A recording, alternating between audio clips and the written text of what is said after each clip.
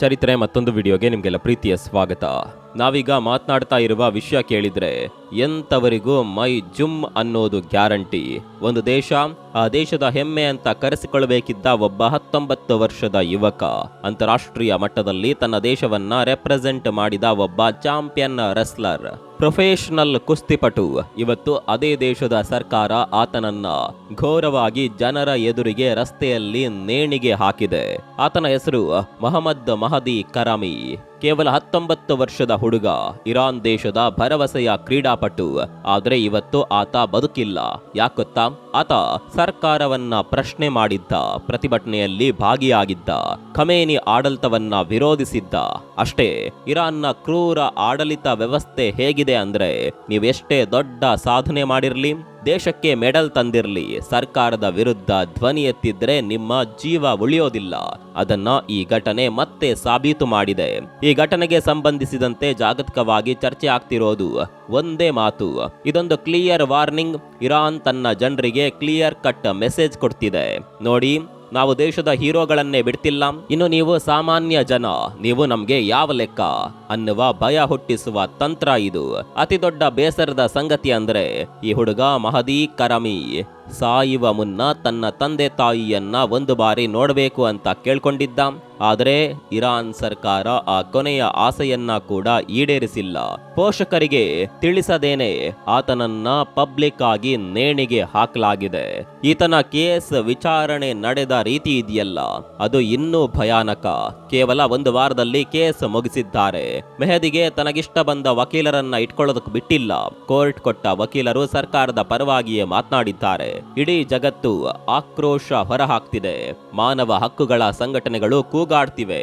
ಆದರೆ ಇರಾನ್ ಆಡಳಿತ ಮಾತ್ರ ಯಾವುದಕ್ಕೂ ಕೇರ್ ಮಾಡ್ತಿಲ್ಲ. ಕ್ರೀಡಾ ಲೋಕದ ಒಬ್ಬ ಯಂಗ್ಸ್ಟರ್ ಇವತ್ತು ರಾಜಕೀಯ ಸೇಡಿಗೆ ಬಲಿಯಾಗಿದ್ದಾನೆ. ಈ ಘಟನೆ ಇಡೀ ಇರಾನ್ ಜನರಲ್ಲಿ ಒಂದು ರೀತಿ ಮೌನ ಮತ್ತು ಭಯವನ್ನ ಉಂಟು ಮಾಡಿದೆ. ಪ್ರತಿಭಟನೆ ಮಾಡುವ ಮುನ್ನ 100 ಬಾರಿ ಯೋಚನೆ ಮಾಡುವ ಸ್ಥಿತಿ ನಿರ್ಮಾಣವಾಗಿದೆ. ಆದರೆ ಇರಾನ್ ಕ್ರೌರ್ಯ ಇಷ್ಟಕ್ಕೆ ಮುಗಿದಿಲ್ಲ. ಬೀದಿಯಲ್ಲಿ ಮಹಿಳೆಯರ ಬಟ್ಟೆಯ ಮೇಲೆ ಕಣ್ಣಿಡೋದ್ರಿಂದ ಹಿಡಿದು ಜನ ಏನ್ ಮಾಡಬೇಕು, ಏನ್ ಮಾಡಬಾರದು ಅಂತ ಡಿಸೈಡ್ ಮಾಡುವ ಸರ್ಕಾರಿ ಪ್ರಾಯೋಜಿತ ವಿಚಿತ್ರಗಳು, ಸರ್ಕಾರಿ ಪ್ರಾಯೋಜಿತ ಅನಾಚಾರಗಳು ಹೇಗೇಗಿವೆ, ಜನರ ಮನಸ್ಸಲ್ಲೂ ಯಾವ ರೀತಿ ಸುಳ್ಳು ಎಮೋಷನ್ಗಳು ತುಂಬಿಕೊಂಡಿದೆ ಅನ್ನೋದನ್ನ ಕಂಪ್ಲೀಟ್ ಆಗಿ ಹೇಳ್ತೀವಿ ನೋಡಿ.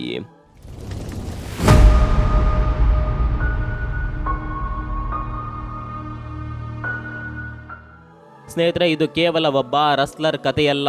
ಕಳೆದ 1.5-2 ವರ್ಷಗಳಿಂದ ಇರಾನ್ನಲ್ಲಿ ಒಂದು ತರಹ ಜ್ವಾಲಾಮುಖಿ ಎದ್ದಿದೆ. ಮಸ್ಸಾ ಅಮಿನಿ ಎನ್ನುವ ಹುಡುಗಿಯ ಸಾವಿನ ನಂತರ ಶುರುವಾದ ಪ್ರತಿಭಟನೆ ಇವತ್ತು ಇಡೀ ದೇಶವನ್ನ ಆವರಿಸಿಕೊಂಡಿದೆ. ಇಲ್ಲಿ ವಿಶೇಷ ಏನಂದ್ರೆ, ಈ ಪ್ರತಿಭಟನೆಯಲ್ಲಿ ಸಾಮಾನ್ಯ ಜನರ ಜೊತೆಗೆ ಸೆಲೆಬ್ರಿಟಿಗಳು, ಕ್ರೀಡಾಪಟುಗಳು ಕೂಡ ಧ್ವನಿಗೂಡಿಸುತ್ತಿದ್ದಾರೆ. ಆದರೆ ಸರ್ಕಾರ ಇದನ್ನ ಹತ್ತಿಕ್ಕೋದಕ್ಕೆ ಬಳಸ್ತಾ ಇರುವ ಅಸ್ತ್ರವೇ ಡೆತ್ ಪೆನಾಲ್ಟಿ ಅಥವಾ ಮರಣ ದಂಡನೆ.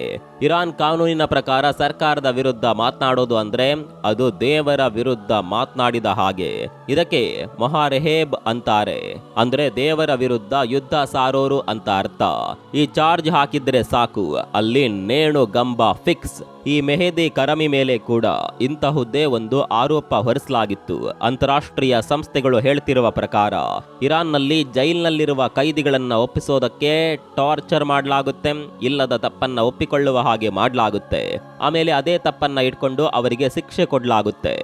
ಇದು ಖಮೇನಿಗಳು ತಮ್ಮ ಅಧಿಕಾರವನ್ನ ಉಳಿಸ್ಕೊಳ್ಳೋದಕ್ಕೆ ಮಾಡ್ತಿರುವ ಅತಿ ದೊಡ್ಡ ಸರ್ಕಸ್ ಅಥವಾ ಇಸ್ಲಾಮಿಸ್ಟ್ ಆಳ್ವಿಕೆಯ ಉಳಿವಿಗೆ ಬಳಸ್ತಾ ಇರುವ ಘನಘೋರ ಅಸ್ತ್ರ.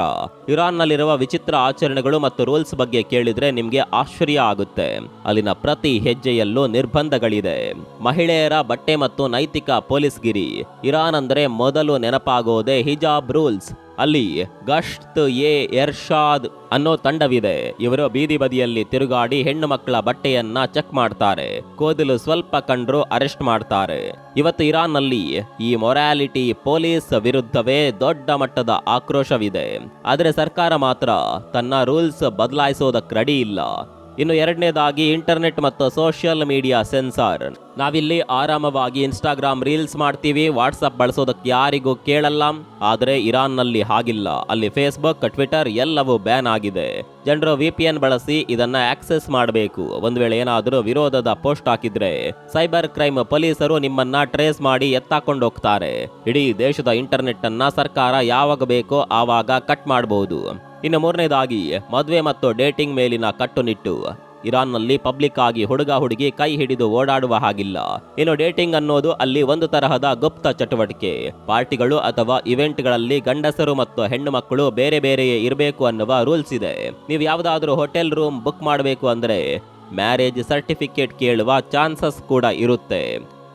ನಂಬರ್ 4, ಹೇರ್ ಸ್ಟೈಲ್ ಮತ್ತು ಪಾಶ್ಚಿಮಾತ್ಯ ಕಲ್ಚರ್ ಬ್ಯಾನ್. ಹುಡುಗರು ವಿಚಿತ್ರವಾಗಿ ಕೂದಲು ಕತ್ತರಿಸುವ ಹಾಗಿಲ್ಲ.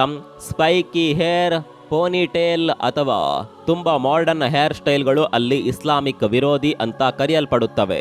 ಬಾರ್ಬರ್ ಶಾಪ್ಗಳಿಗೆ ಸರ್ಕಾರವೇ ಒಂದು ಲಿಸ್ಟ್ ಕೊಡುತ್ತೆ, ಇದೇ ಸ್ಟೈಲ್ನಲ್ಲಿ ಕೂದಲು ಕತ್ತರಿಸಬೇಕು ಅಂತ.